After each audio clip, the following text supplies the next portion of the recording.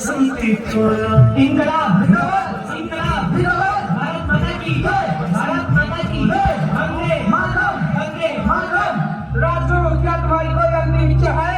इच्छा हुई थी और आज भी हुई है कि मैं खुद देश का मेरे देश से काम है। भगत सिंह, क्या तुम्हारी कोई अंतिम इच्छा है? मेरी तो बस एक ही इच्छा थी कि एक बार चैन की नींद सो जाऊं, लेकिन आज इससे बड़े सौभाग्य की क्या बात होगी मेरे लिए कि मैं आज अपने इस मातृभूमि के लिए सदा सदा के लिए चैन की नींद सोने जा रहा हूँ। सुखदेव, क्या तुम्हारी कोई अंतिम इच्छा है? तीनों साथियों को एक बार गले में ले दिया जाए, हाथ खोल दिए जाए।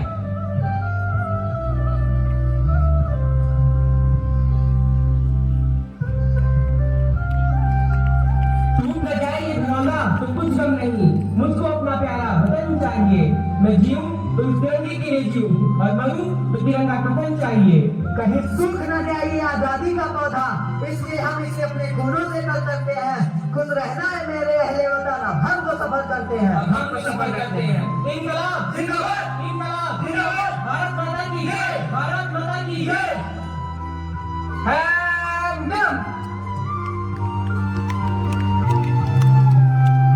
आजादी को पूरे 78 वर्ष हो गए हैं, फिर भी क्या हम वास्तव में आजाद हैं? क्या उन लाखों शहीदों और महापुरुषों के सपनों को पूरा कर पाने में अपना कुछ योगदान दे पाए हैं?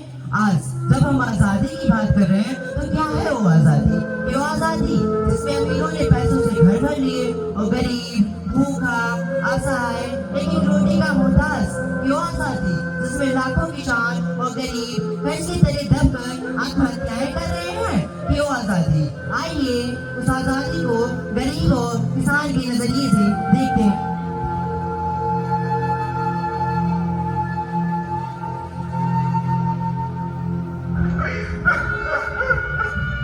मेरी सारी फसल बर्बाद हो गई भैया। मैं क्या करूंगा भाई? अभी अपनी बेटी की बातें भी बची है। मेरी आजादी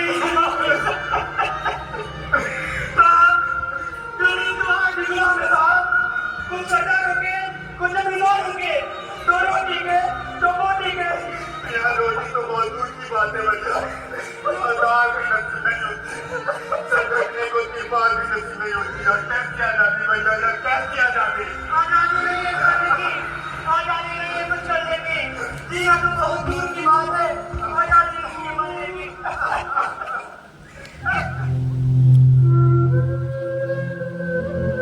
आजादी के इतने वर्षों के बाद भी गरीब की ऐसी दुर्दशा बनी हुई है। आइए एक नजर डालते हैं यहाँ के राजनेताओं पर और देखते हैं हमारे यहाँ के राजनेताओं ने उन महापुरुषों के सपनों का भारत बनाने में अपनी कितनी भूमिका निभाई है।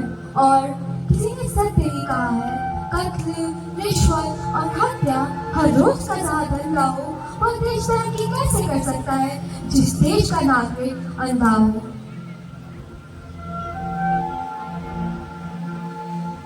हमारा नेता कैसा हो? राजू भाई जैसा हो। हमारा नेता कैसा हो? राजू भाई जैसा हो। हमारा नेता कैसा हो? राजू भाई जैसा हो। नमस्कार भाइयों बहनों, नमस्कार नमस्कार।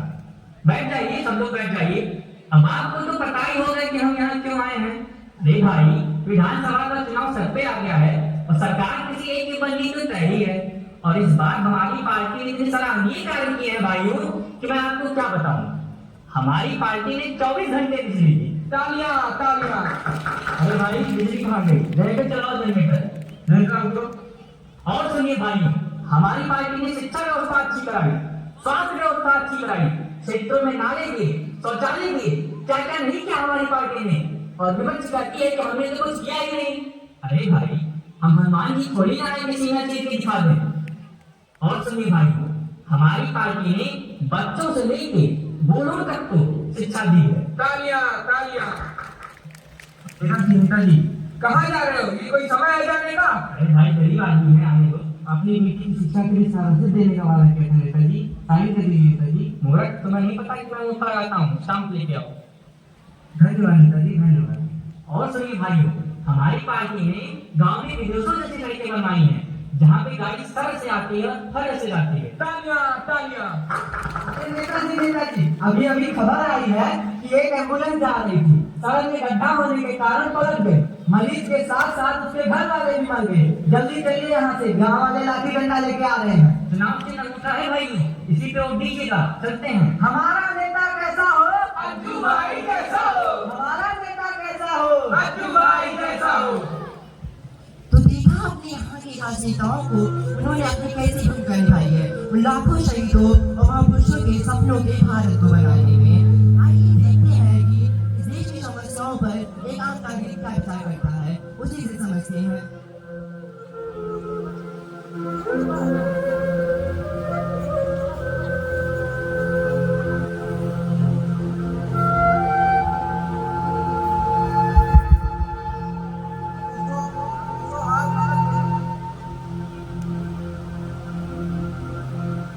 पूछो आज वतन पे करने वालों का, वतन को रखने वाले वतन पर राज में बैठे हैं।